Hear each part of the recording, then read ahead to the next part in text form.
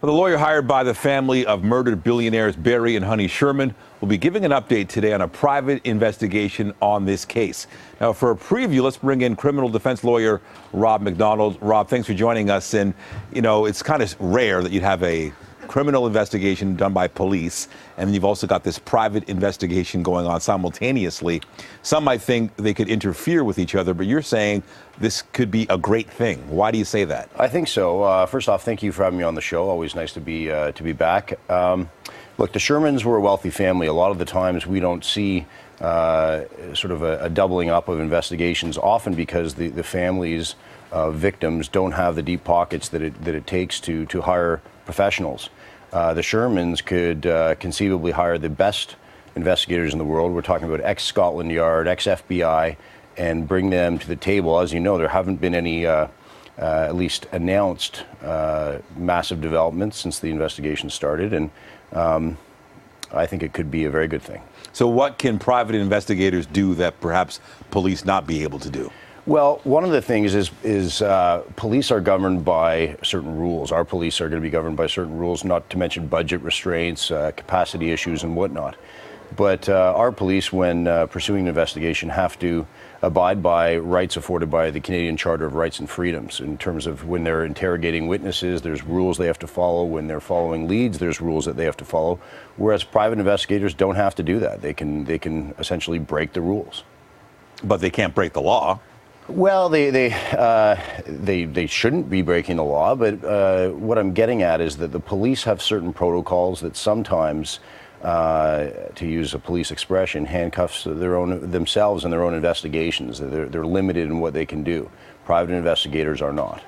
So with this news conference, I'm sure police will be watching this closely, because there's always the risk with police, at least, when they give information out not to ruin the case. Are they not worried about the private investigators maybe saying something they could tip something off and make the job even more difficult for them to catch whoever's behind this? My understanding is that the person doing the press conference will be the lawyer hired as opposed to the private investigators, and I gather that they'll be very careful. These are not going to be slouches. I'm sure the lawyer knows what he or she is doing, and they will be careful not to reveal anything. I think the aim here is to bring attention back to this investigation, attention back to this very unfortunate, tragic incident. And possibly there's talk that there might be an announcement about an award being offered.